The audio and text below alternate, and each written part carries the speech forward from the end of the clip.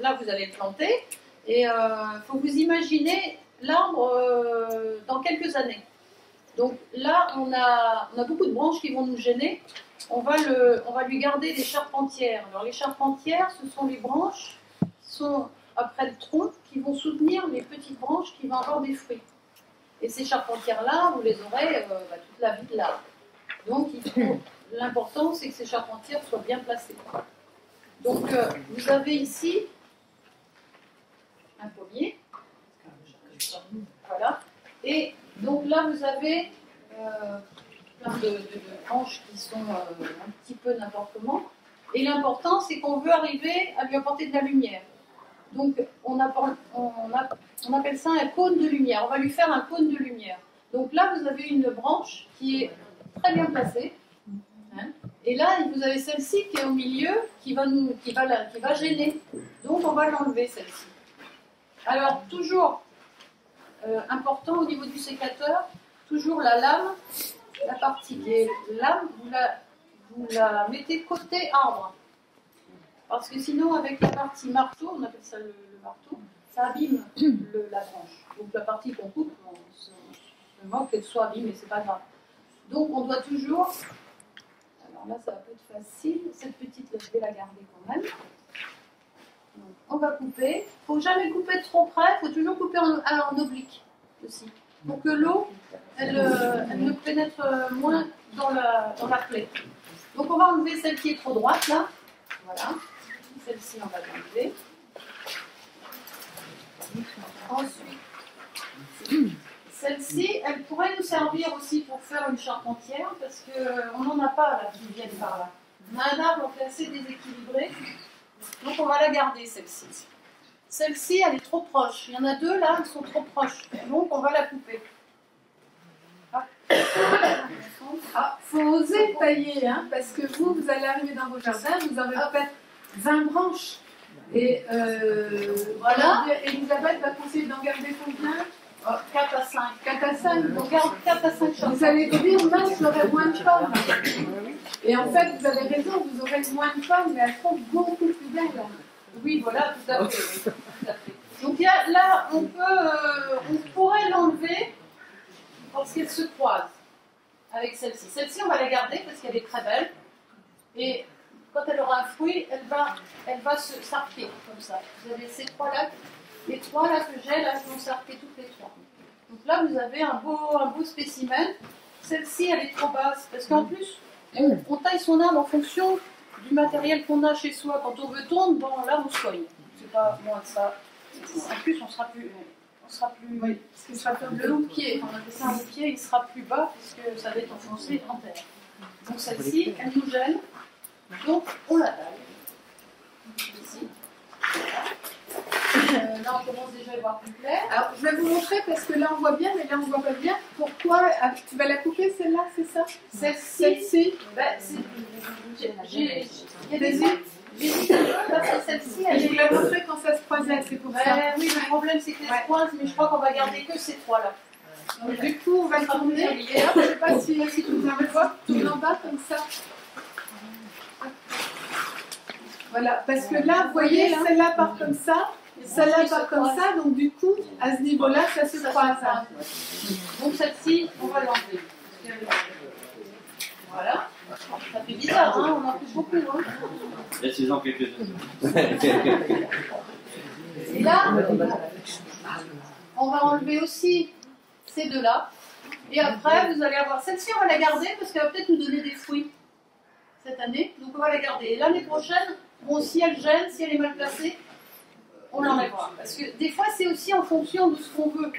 On ne taille pas toujours comme ça sans réfléchir.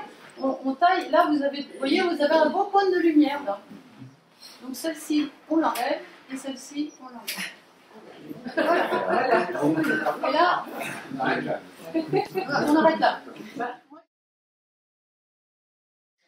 Voilà, donc je vais déjà vous expliquer comment fonctionne un arbre, parce que ça c'est très important.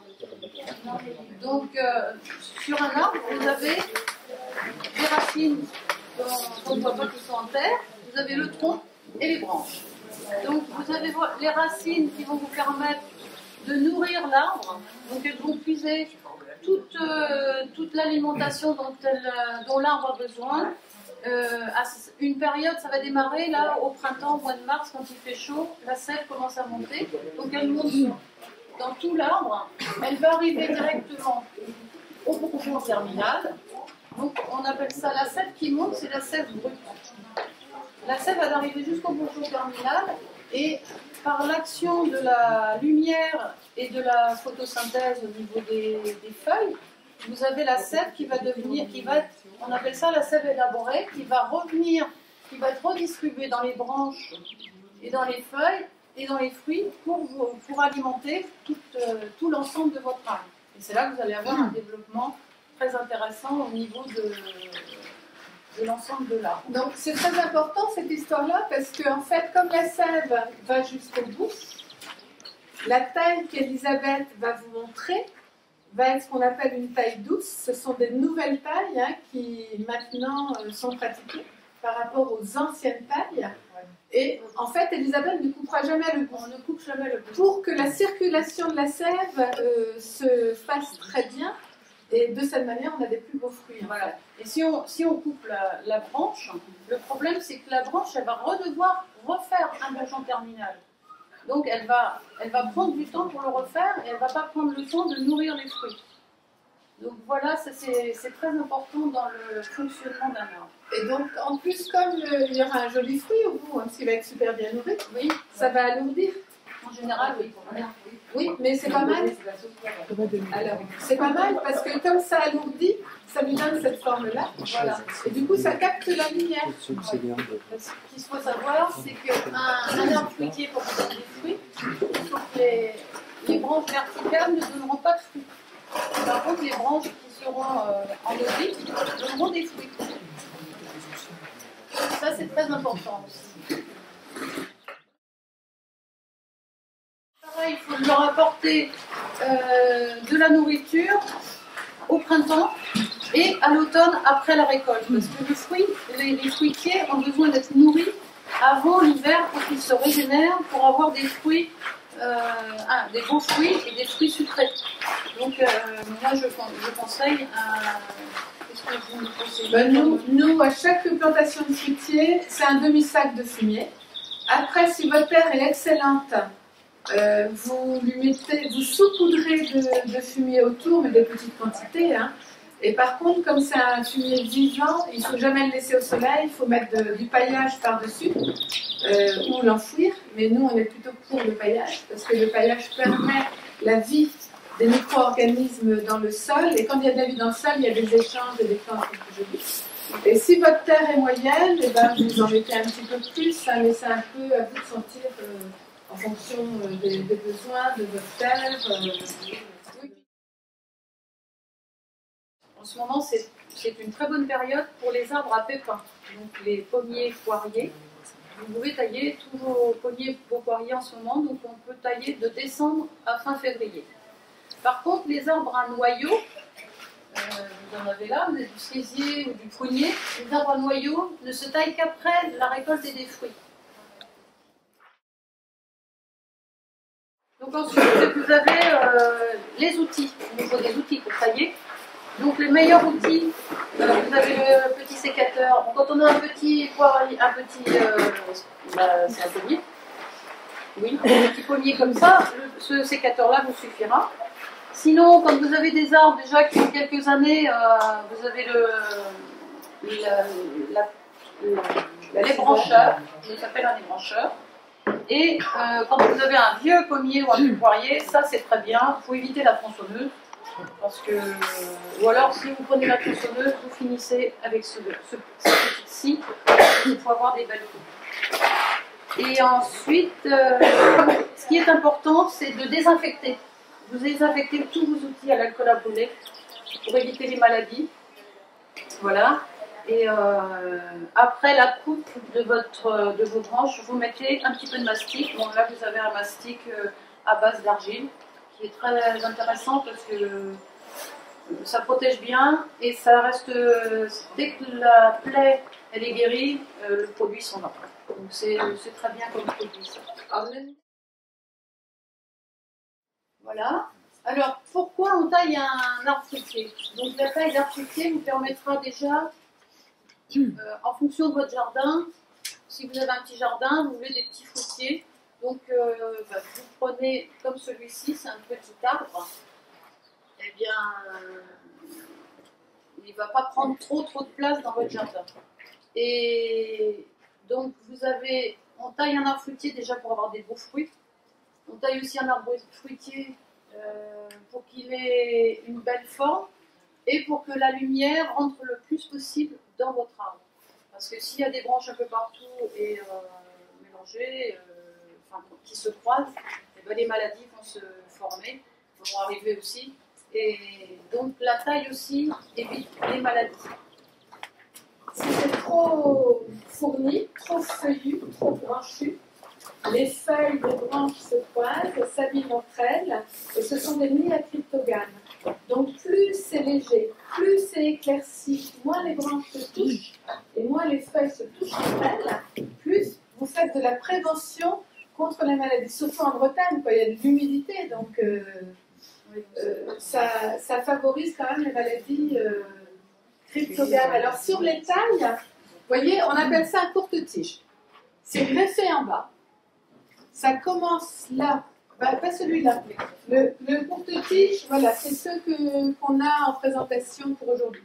Le courte-tige, il est greffé en bas, et hop, l'arbre pousse à partir d'ici. Le tronc n'ira jamais plus haut. Mais vous avez vu dans le mail qu'on vous a envoyé, on a un listing si jamais vous voulez d'autres fruitiers, qu'on n'a pas amené ici parce qu'on remplirait l'espace de fruitiers tellement il y en a. Vous avez le demi-tige et le tige. Si vous avez un grand jardin, vous achetez un tige. Si vous avez un très petit jardin, vous prenez courte tige ou verrier. Vous avez aussi la forme du palmier de verrier. Alors ça, c'est très joli.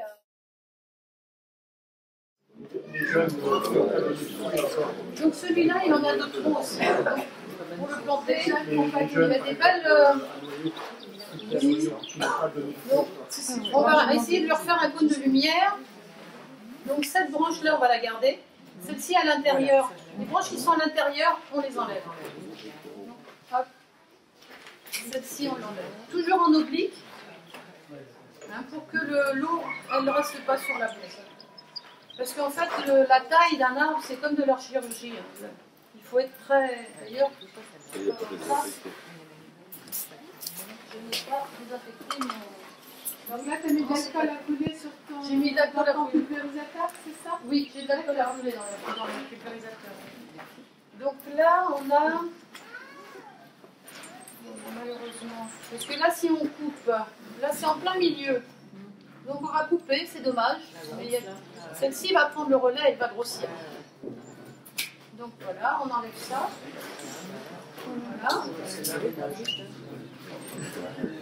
Là, on va garder celle-ci. Comment?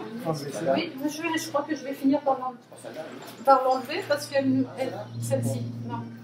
Parce que celle-ci, on va la garder.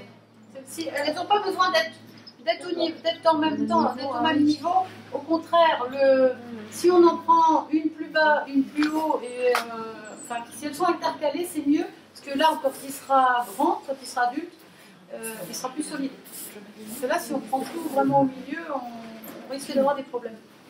Donc moi, celle-ci, on est bien placée quand même. Hein. Celle-ci, la des aiguilles derrière, ça, non? Alors, vous voulez enlever laquelle? Celle qui est ici. Non, pas celle-là. Non. Oui, là. À gauche. Celle-là. C'est du sang, là. Voilà. Ah oui, celle-ci, il faut l'enlever, oui, vous avez raison. Oui, tout à fait. Donc celle-ci, on l'enlève parce qu'elle est à l'intérieur. De toute façon, déjà, tout ce qui est à l'intérieur, on les enlève. Et là, vous avez une belle branche aussi, là. On va la garder. Des fois, on en garde 3, des fois, on en garde 5, des fois, on en garde 4. Enfin, ça dépend. Hein.